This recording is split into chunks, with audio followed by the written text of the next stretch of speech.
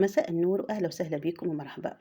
اليوم هذا الفيديو حسب الطلب من إحدى متابعاتي حبيباتي، قالت لي راني وين نطيب اللوبيا تجيني كعبة طايبة وكعبة لا، نحب تشاركيني الطريقة نتاعك. دونك أنا باش نشارككم الطريقة نتاعي اليوم في تطيب اللوبيا.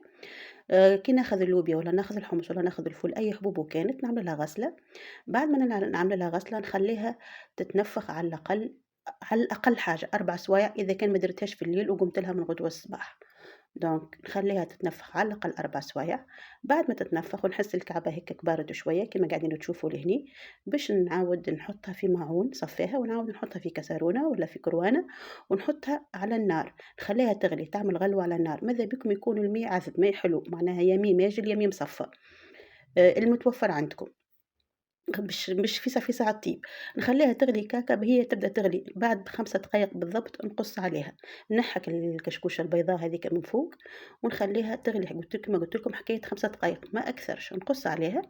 نخلّيها تبرد شوية وبعد نصفّيها، بعد ما نصفّيها نحطها في ماعون واسع باش تزيد تبرد، خاطر أني باش نقسّمها وجب في أكياس غذائية باش ندخّلها للكونجيلاتور.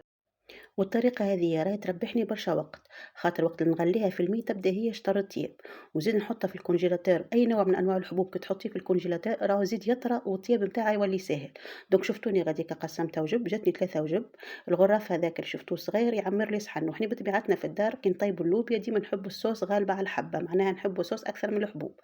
مثلًا هاذيك خرّجتها أني البارح العشية كي روّحت من الخدمة، وباش نطيّبها اللي هي فطورنا اليوم فطرنا به. ال كي تخرجيها من الكونجيلاتور لحد ما تحطيها تحت السبّالة في ساعة تتحل تتغسل، دونك غسلتها وخليتها تستقطر، وشديتها هاني حطيت طريف زيت في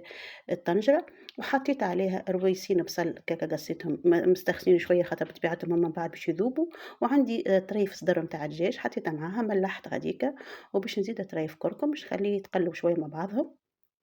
وبعد باش نزيدهم حكاية زوز مغارف صغار ولا مغرفة صغيرة فاح متاع ثوم، الفاح متاع الثوم هذا يبقى فيه حاضر هنا في جابس راه ماهوش حوار، دونك وحنا نحبوها خفيفة جوست عملت مغرفة فلفل أحمر ومغرفة طماطم، مغرفة ماكلة أكل، وباش نصب عليها شوية مي باش يعملوا المكونات هاذيك الكل تتقلى مع بعضهم، ديما نحبوا تعرفوني نصب شوية مي مع مع الطماطم والفلفل الأحمر باش ما يتحرقوش، وخليتهم يتقلوا هكاكا شوية وبعد كملت عليهم هاكا اللوبيا اللي اشتريتيه. شُفتوها؟ مانيش باش نمرق برشا هنيمي، راني باش نخلّيها تتقلّى شوية في عقلها، هاني غطيتها تتقلّى شوية باش تطعّم اللوبيا واللحم وتتنكّه بالفحات، من بعد توا باش نبدأ نزيد كي باش نزيد مانيش باش نميّه برشا نعرف أنا عيني ميزاني، de telle façon إن هي كي نحسها إن هي متاعها يطيّبها، رميت غاديكا أوريق قرنت، سي هني بدات تخثار، والحبة en principe راهي طابت، راني باش نخرج لكم كعبة تجربوها شفتوها كيفاش طابت، هني كي تطيب باش نعمل باش نفوّح بمغرفة ثوم مهرس في الفحم نتاعها في الحوار نتاعها ونخلّيها جارية شوية، علاش نخلّيها جارية شوية؟ خاطر راني هذيا باش ندخّلها في الفريجيدير، هذيا باش نفطروها من غدوة، باش نحسب حساب الغلوة اللي بتاع من غدوة، جاتوني ما خليتهاش خسارت على الآخر، نخلّيها هكاكا جارية شوية باش نقرا حساب الغلوة متاع من غدوة، راكم باش تشوفوني من بعد كيفاش باش نحطها على الطاولة فطورنا اليوم.